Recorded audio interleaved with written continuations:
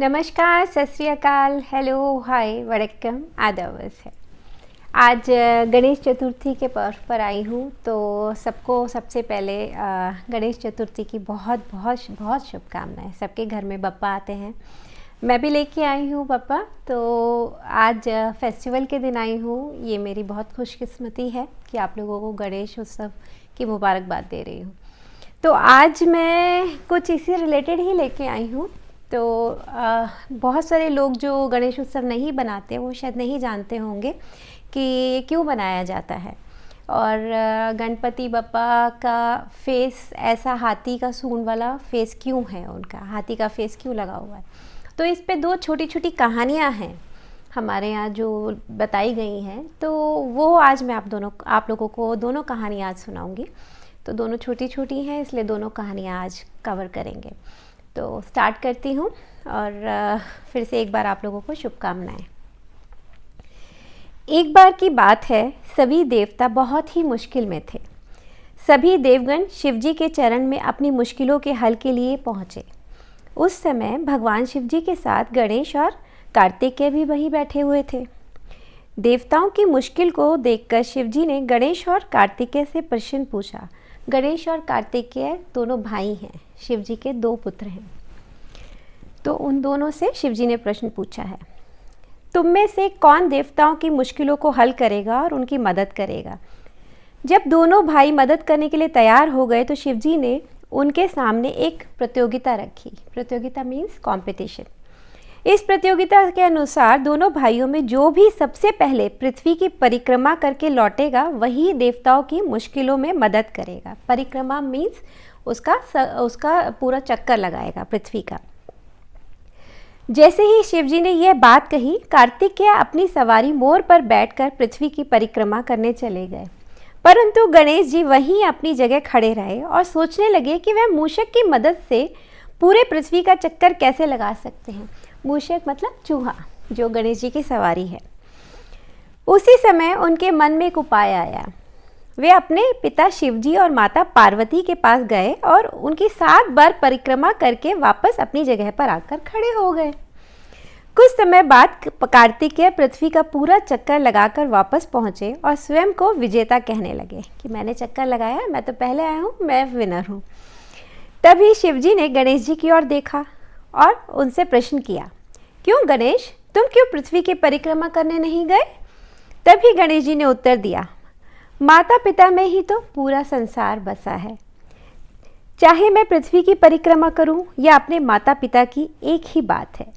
यह सुनकर शिव जी बहुत खुश हुए और उन्होंने गणेश जी को सभी देवताओं के मुश्किलों को दूर करने की आज्ञा दी।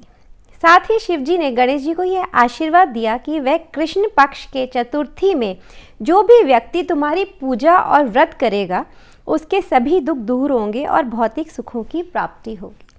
तो इसीलिए हम गणेश चतुर्थी बनाते हैं, क्योंकि ये आशीर्वाद गणेश जी को मिला था। तो ये पहली कहानी ख़त्म होती है, तो दूसरी कहानी अब मैं शुरू करती हूँ। एक दिन पार्वती माता स्नान के लिए गई, लेकिन वहाँ कोई भी रक्षक नहीं था। इसलिए उन्होंने चंदन के पेस्ट से एक लड़के को अवतार दिया और उसका नाम रखा गणेश। माता पार्वती ने गणेश को आदेश दिया कि उनकी अनुमति के बिना कोई भी घर के अंदर ना आने पाए। अनुमति मीन्स परमिशन, उनकी परमिशन के बिना कोई भी घर के अंदर ना आ पाए। जब शिवजी वापस लौटे तो उन्होंने देखा कि द्वार पर एक बालक खड़ा हुआ है। द्वार मतलब गेट, दरवाज़ा। जब वे अंदर जाने लगे तो उस बालक ने उन्हें रोक लिया और नहीं जाने दिया। यह देख शिवजी क्रोधित हुए और अपनी सवारी बैल नंदी को उस बालक से युद्ध करने को कहा। पर युद्ध में उस छोटे से बालक ने नंदी को हरा दिया। यह देखकर भगवान शिवजी ने क्रोधित होकर उस बालक गणेश के सर को काट दिया। गुस्से में उन्होंने उस बालक का सर ही काट दिया। अब माता पार्वती वापस लौटी तो वो बहुत दुखी हुई और जोर जोर से रोने लगी। शिवजी को जब पता चला कि वह उनका स्वयं का पुत्र था तो उन्हें भी अपनी गलती का एहसास हुआ कि उन्होंने क्या कर दिया, अपने ही पुत्र का सर काटवा दिया। शिवजी ने पार्वती को बहुत समझाने की कोशिश की, पर वह नहीं मानी और गणेश का नाम लेते हुए और दुखित होने लगी।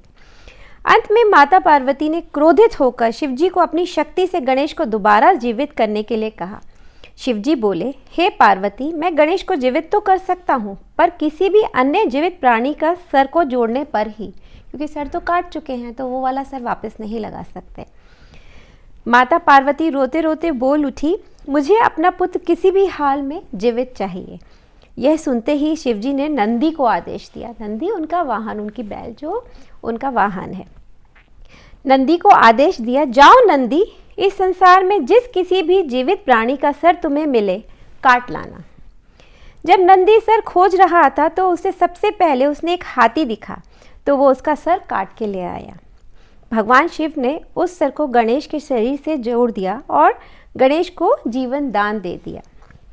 शिवजी ने इसीलिए गणेश जी का नाम गणपति रखा और बाकी सभी देवताओं में उन्हें वरदान दिया कि इस दुनिया में जो भी कुछ नया कार्य होगा, पहले श्री गणेश को याद किया जाएगा। तो इसीलिए हम लोग जब भी कोई हिंदुओं में जब भी कोई पूजा होती है तो सबसे पहले गणेश जी का ध्यान किया जाता है, गणेश जी को याद किया जाता है, उनकी आरती की जाती है, उसके बाद कोई पूजा स्टार्ट होती है। तो ये उनको वरदान मिले हुए हैं दोनों, तो जैसे भी मिले लेकिन ये उनके वरदान हैं। तो हम विघ्नहर्ता को अपने घर लेकर आते हैं जिससे हम सबकी मुश्किलें दूर करें, वो सब जगह खुशी हो। तो मैं सबको आज यही बोलूँगी कि यही विशेष दूंगी कि आप सबकी दुनिया की सारी मुश्किलें विघ्नहर्ता हरे और हम लोगों को सबको बहुत खुशी दे। दुनिया में जो भी बीमारी फैली है, जो भी लड़ाइयाँ शुरू हो रही हैं, वो सब ख़त्म हो जाएं और सबके ज़िंदगी में, सबके घर में खुशी, सुख, समृद्धि, शांति आ जाए। तो इसके साथ ही आज मैं विदा लेती हूँ। तो आज थोड़ा डिफरेंट किया, तो देखते हैं आप लोगों को कैसा लगता है। हर बार पोएम्स रहती हैं तो सोचा इस बार थोड़ी सी कहानी लेके आऊँ अपने उन दोस्तों के लिए जिन लोगों को नहीं पता गणेश जी के बारे में। ये महाराष्ट्र में तो बहुत बड़ा त्यौहार है, हर घर घर में गणपति रहते हैं और इस बार कोरोना की वजह से बहुत शांति है, लग नहीं रहा है, लेकिन ठीक है, अपने घर में तो हम बप्पा को लाकर उनका आशीर्वाद ले ही सकते हैं और दुनिया के लिए भी आशीर्वाद मांग सकते हैं। तो यही करिए। तब तक के लिए नमस्कार।